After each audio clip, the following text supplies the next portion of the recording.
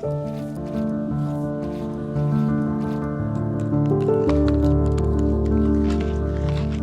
always liked paper. My mum will tell you I was forever cutting up paper and cutting and folding and all of that. So I love the materials.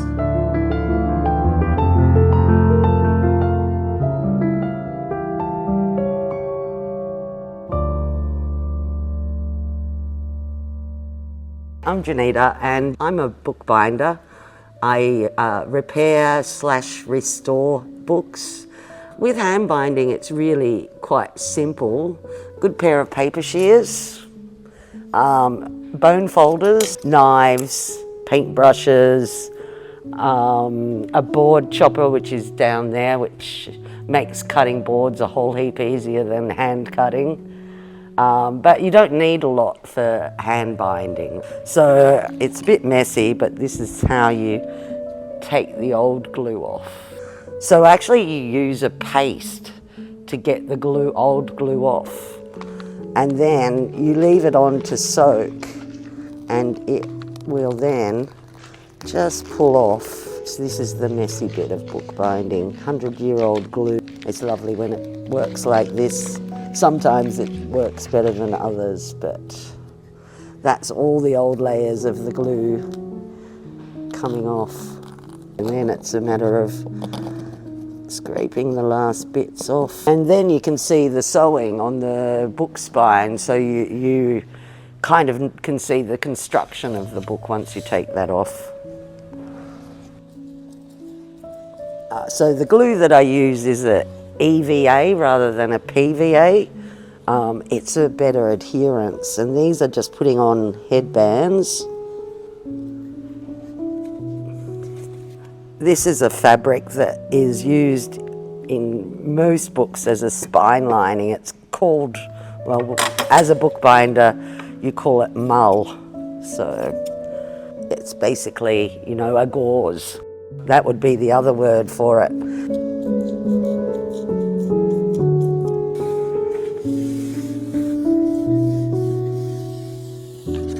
The other thing that I like collecting is heavy things for weights. These irons work quite well.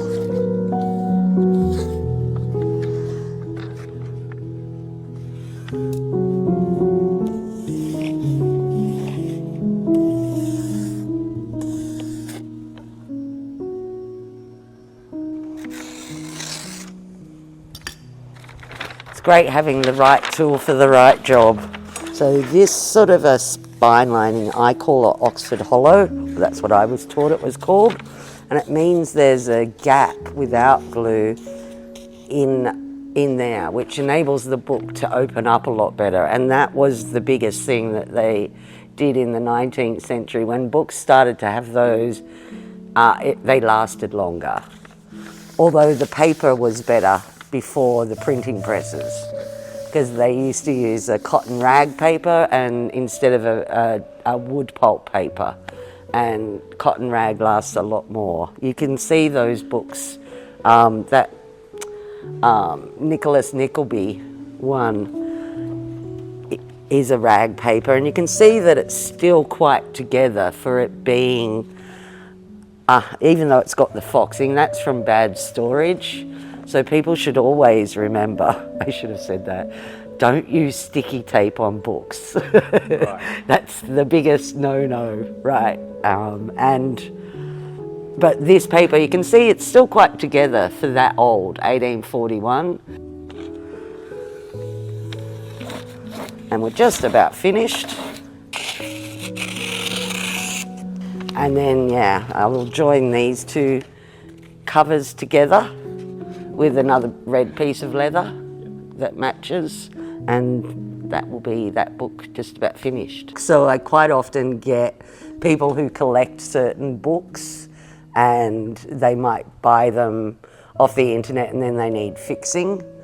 What else have I done? I've done the Scott sisters. I don't know if you've heard of the Scott sisters, and they did a book, you know, it was a couple of feet high, of hand-drawn butterflies and insects. And so that was a really lovely fix.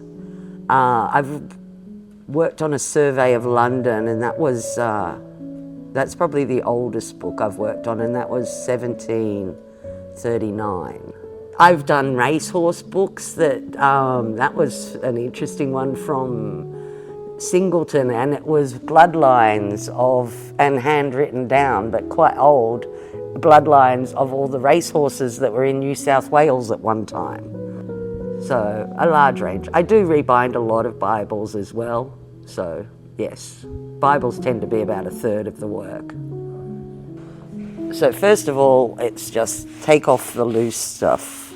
The idea is not to let mould form on it, but this one obviously was in poor storage.